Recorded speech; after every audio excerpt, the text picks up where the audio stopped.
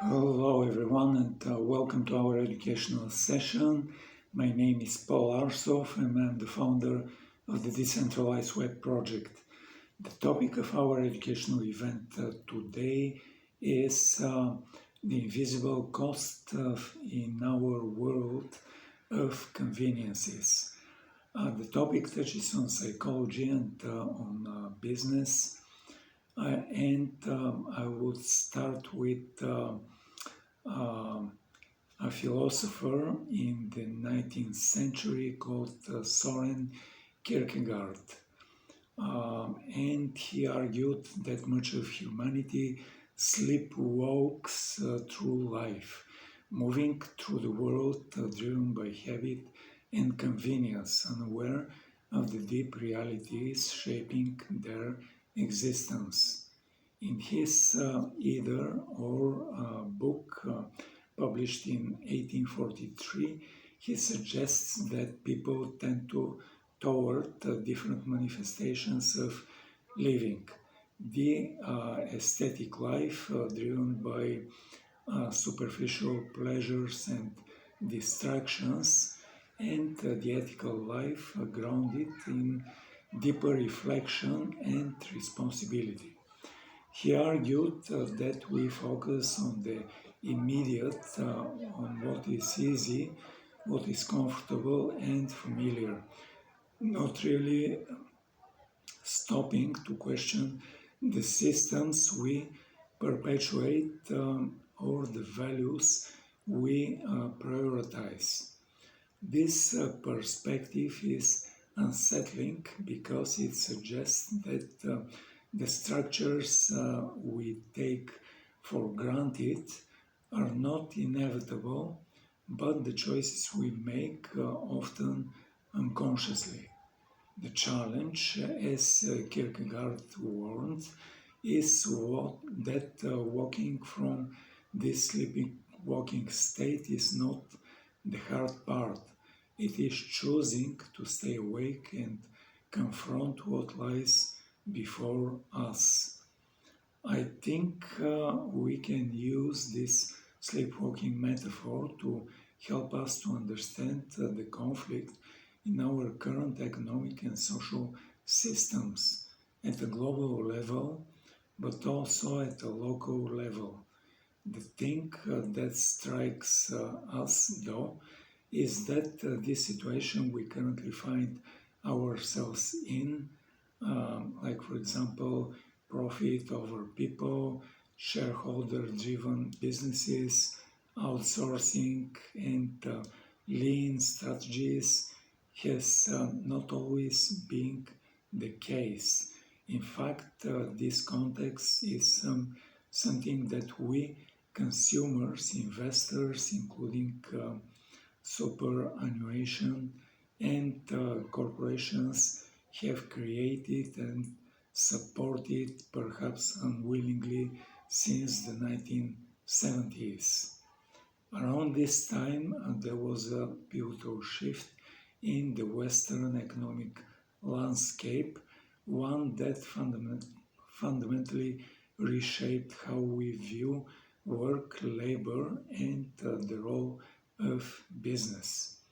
In the post-war prosperity of the 1950s and 1960s, unraveled and product orientation shifted, stagnation and inflation overwhelmed countries like Australia, the UK, and the United States. For businesses, shrinking profits and declining market shares led to new strategies.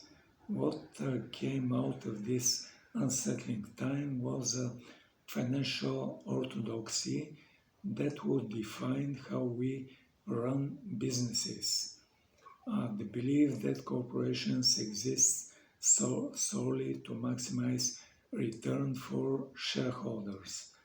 The contours of this approach, built around objectives and competitive environments, would go on to infiltrate all manners of life, including non-profits, schools, hospitals, universities, and arts organizations. The idea, presented as a democratic innovation, promised a middle-class prosperity through the redistribution of corporate wealth via superannuation and pension funds.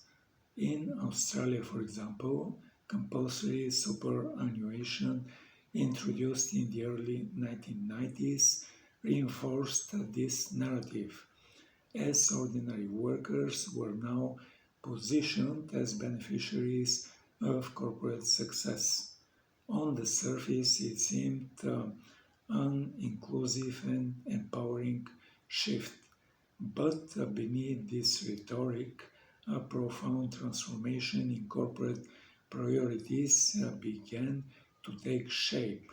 Institutional investors, super funds, and other financial investments used deregulation to pressure corporations for higher and faster returns. The emphasis shifted from reinvesting in communities and employees to maximizing short-term profits. This change wasn't limited to financial policy. It was reflected in the way we use language.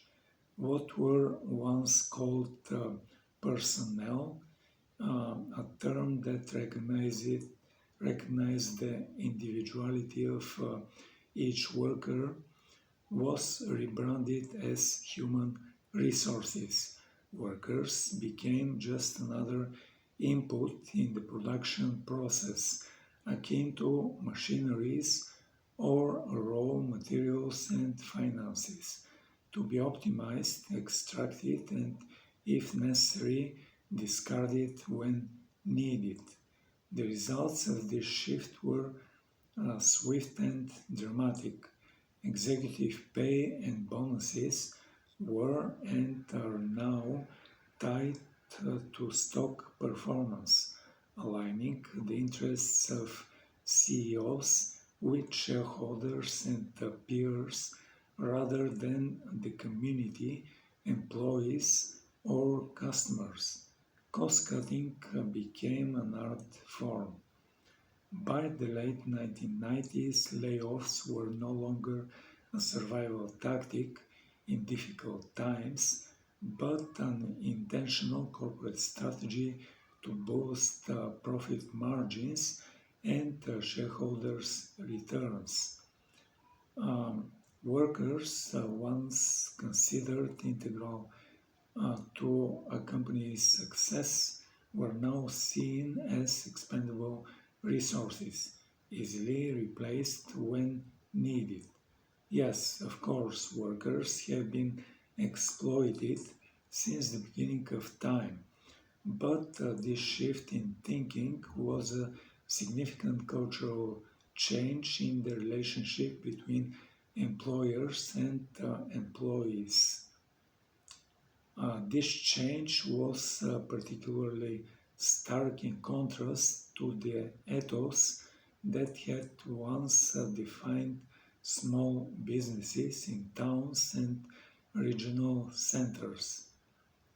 Growing up, many of us experienced the local butcher, grocer, department store, or factory owner treating their employees as family, fostering relationships in the community that were built on trust and loyalty.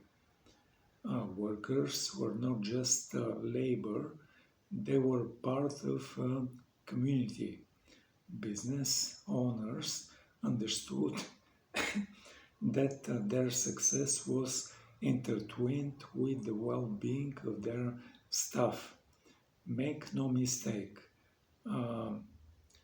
we have no attachment to the ideals of the picket fence or the nostalgia behind Make America Great Again, nor do we view that era through rose-colored glasses. Yes, choices were limited, prices were high, and it was far from an idyllic experience for everyone.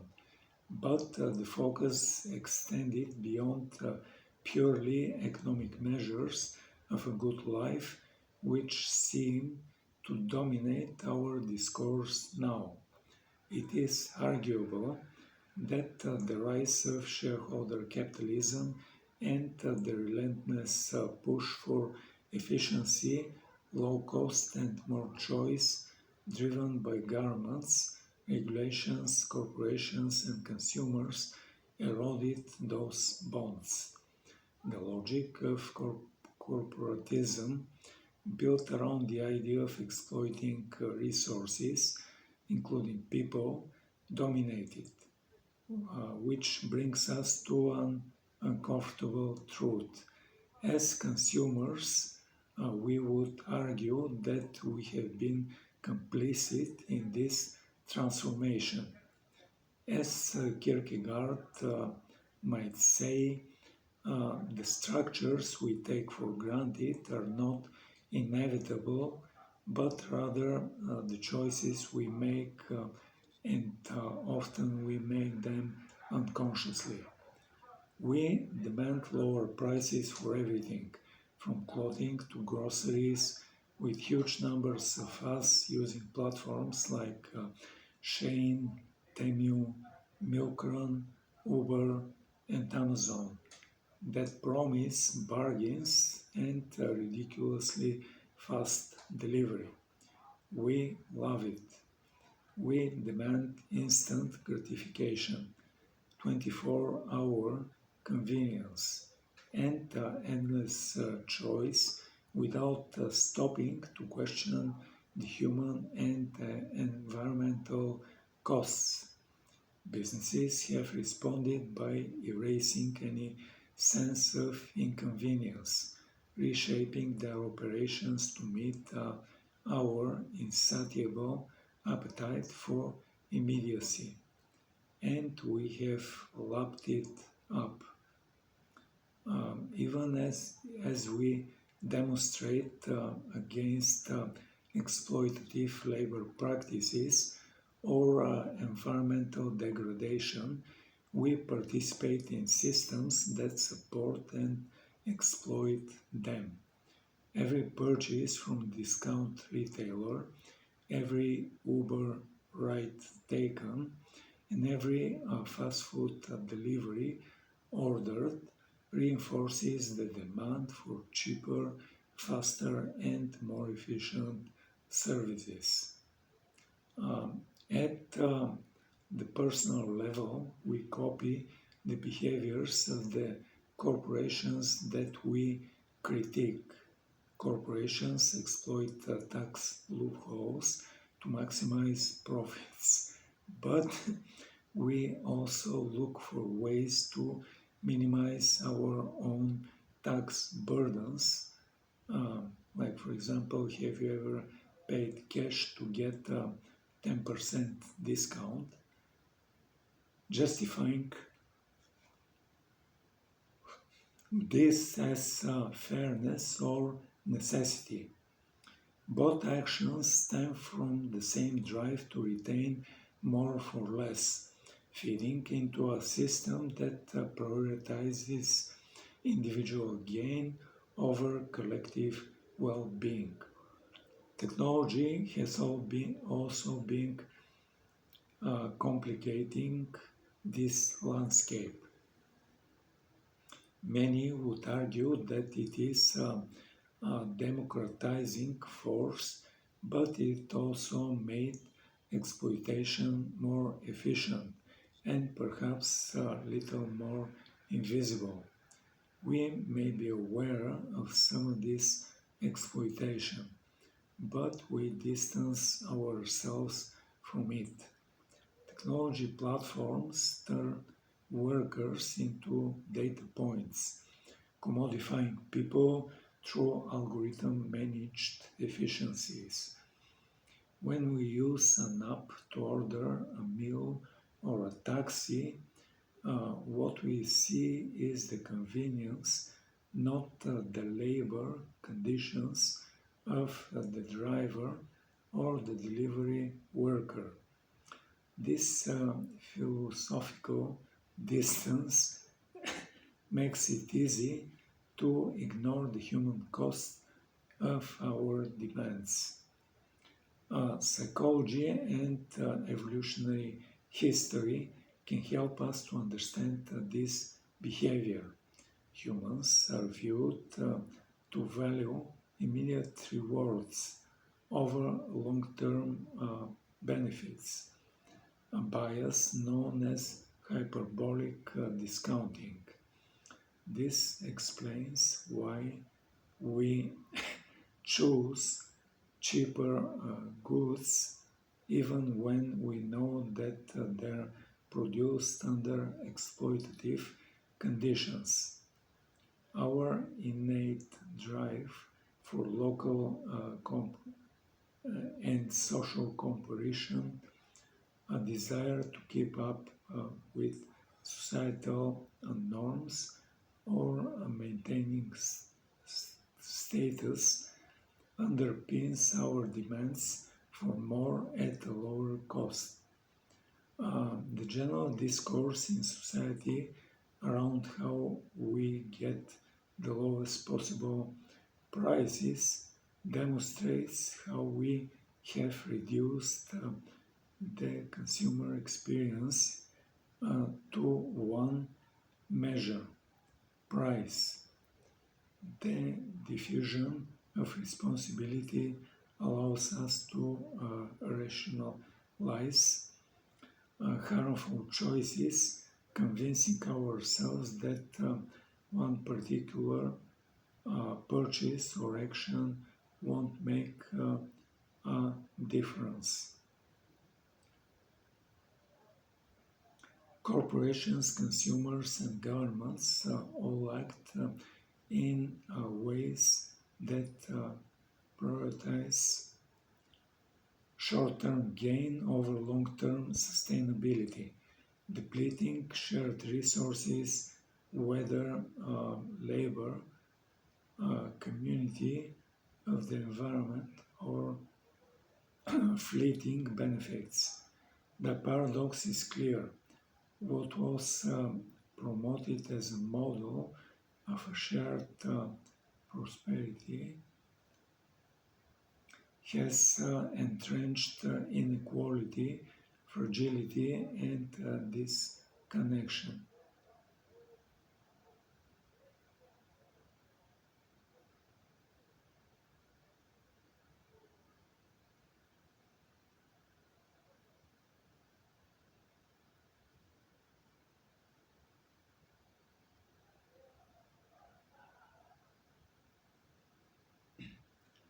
The paradox is clear. What was promoted as a model of shared prosperity has entrenched inequality, fragility, and disconnection.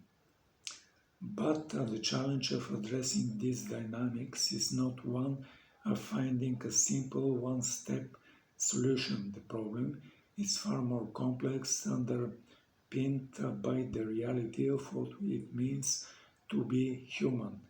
Our evolutionary history has hardwired us with biases that make it difficult to prioritize long-term collective well-being over short-term individual gains. Our modern systems, designed to maximize efficiency and profit, exploit these tendencies, reinforcing cycles of consumption, convenience, and inequality.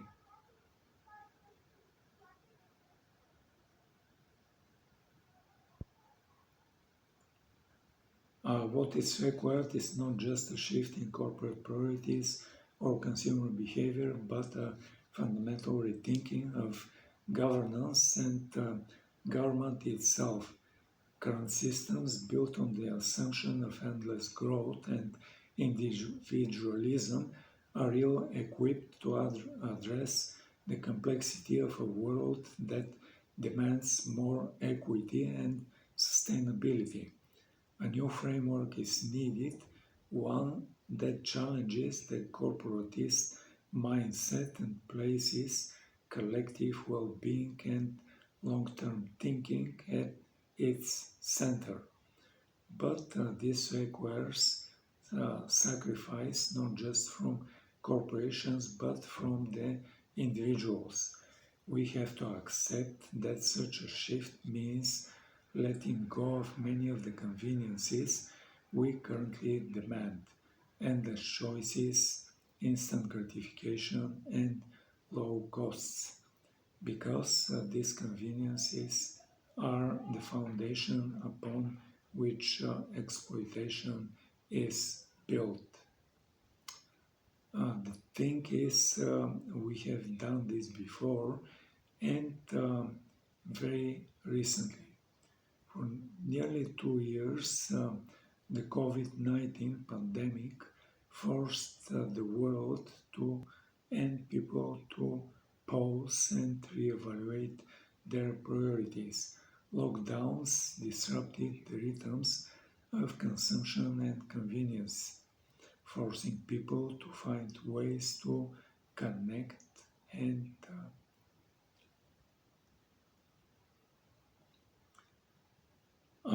each other in different ways and to adjust their expectations of what was available and when. Supply chains slowed, shops closed, and travel stopped. But in that slowing, uh, lots of US, lots of us rediscovered the value of simplicity, community, and time.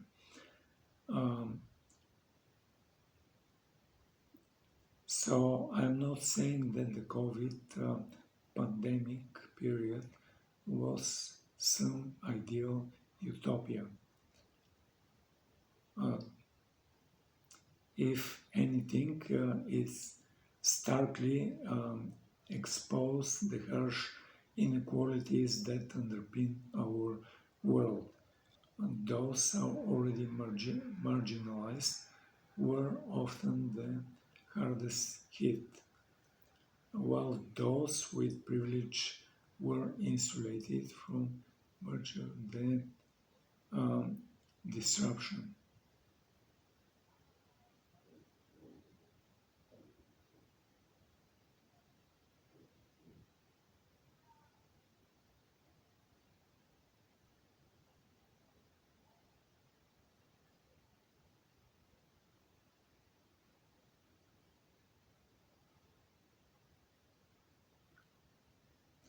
And with this said, I'm ending this presentation.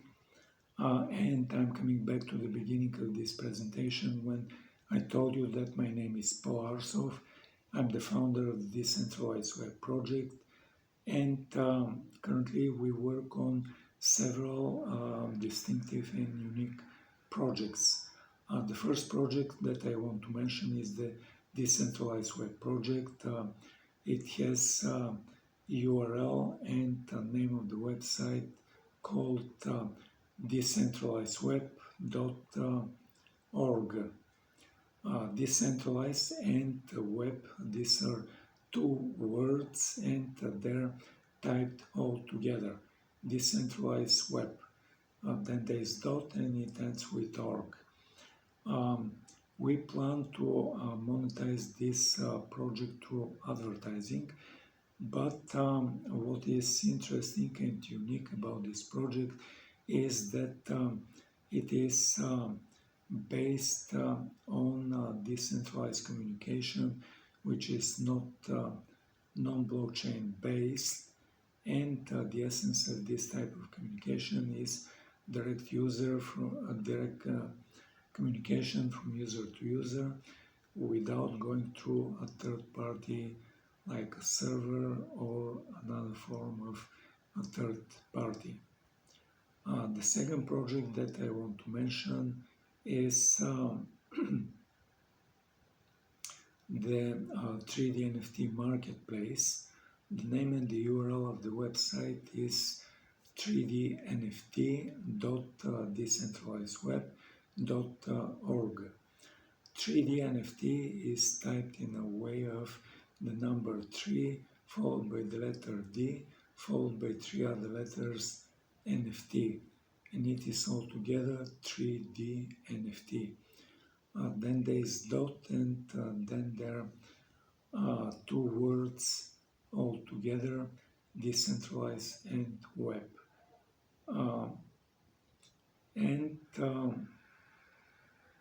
With this project we built our own 3D software engine. This 3D software engine, it loads, reads the file of the 3D object, it opens a window on a computer screen, it displays the 3D NFT, and it starts animating it in a way of randomly moving around the window, and left, right, up, down, zoom in, zoom out, and rotate.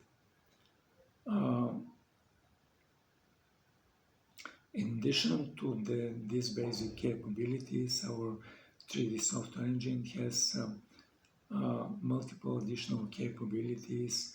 The first additional capability of these 3D NFTs is the ability of speaking. Our 3D NFT speak in 3 different voices. NFTs can speak either in a male voice or in a female voice or in a whisper kind of a voice. In addition to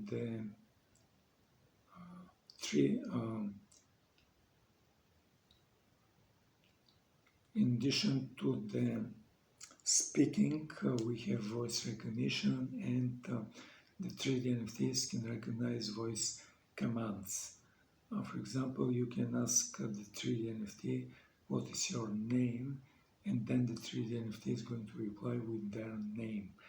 You can ask the 3D NFT, who are you? And then the 3D NFT is going to deploy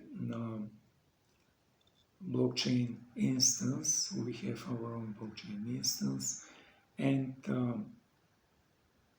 it runs Ethereum software, and it is the same software which runs on Ethereum mainnet, on Binance Smart Chain, on Polygon Matic chain, on Avalanche Avax chain, and many other famous or not so famous blockchains.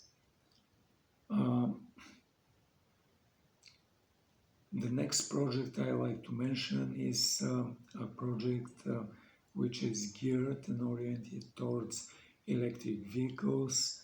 We estimate that there's going to be a growing number of electric vehicles and possible exponential growth in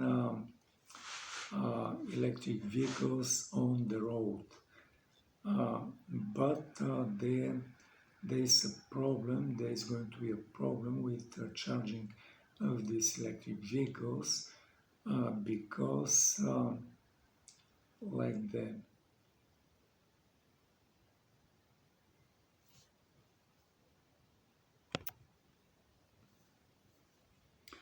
I'd like to mention something about our 3D NFT marketplace as well.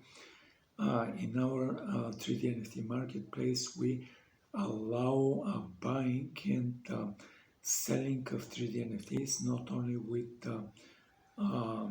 cryptocurrency but with fiat currency, and if we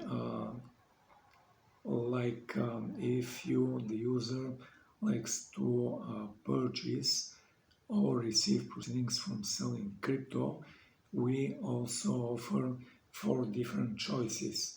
The current choices include Solana Sol, Polygon Matic, Avalanche Avax, and Qcoin, which is a big centralized crypto exchange. They have a coin called KCS. In addition to buying and selling with crypto, I did mention that the users have a second parallel and independent way, and it is done entirely in fiat currency. But I like to come back to our project related with electric vehicles. As I mentioned, the number of electric vehicles is going to continuously grow, or even become start having exponential growth. But to charge these vehicles, currently there is a model which resembles the gas station model, where internal combustion engines they come to this gas station, they connect fuel hose to the gas tank of their car, they start loading gas, they pay for it, and they leave.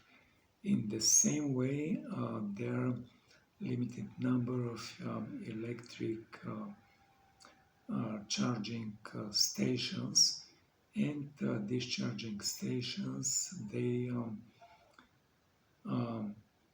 allow users to come connect electric cable to their electric vehicle, start loading electric energy, pay for the electric energy which was loaded, and then leave. We wrote an article about this, and we are proposing a model that we are calling parking lot model. Many of the electric vehicle owners, they live in the cities, and they live in high-rise buildings which have ground floor parking lot or multiple underground level of parking lot. We are building products which could be mounted and at the location of parking lots, and our products allow remote connection through Wi-Fi. They contain electric switch for high power and high currents, and they also have near-field communication reader, which the user can use to identify themselves, and then by identifying themselves they can turn on the switch and start loading electric power to their vehicle. But normally this type of users, they can charge their vehicle during the evening, then during the morning, and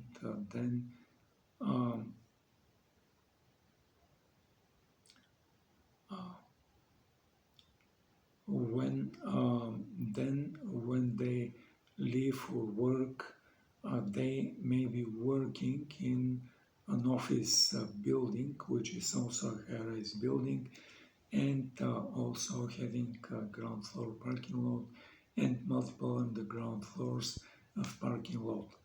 In the same way, our products could be mounted in such locations, and the owner of the electric vehicle which comes to work, they can connect electric cable and charge their vehicle during the morning, afternoon, and maybe early evening.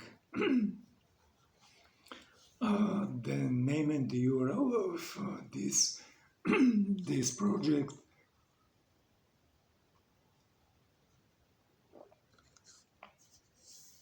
This project is power.rstack.com. Power is the ordinary word for power, then there is dot, then there is something which I can spell it letter by letter, alpha, Romeo, Sierra, Tom, Echo, Charlie, Hotel. Altogether are stack, then there is dot and it ends with com. The last project which I would like to mention is a project called Elements of Artificial General Intelligence and Intelligent Devices. We have number of artificial intelligence models, and we're building agents which could be having multiple purposes, whether it be for example, marketing or like crypto trading or stock trading or foreign exchange trading.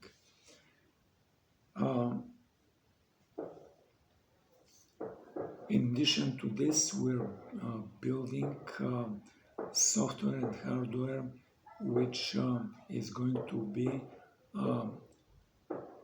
the basis of robotics devices, and these robotics devices could have computer vision, they could have voice and speaking capabilities, they could be having movement capabilities so that they could move from one place to another, and they could be outfitted with mechanical hand which could grab an object, and this intelligent device can then move this object and drop it at another location. And with this said, I'm ending this presentation. Thank you for coming, thank you for viewing, have a nice day, have a nice evening, and goodbye.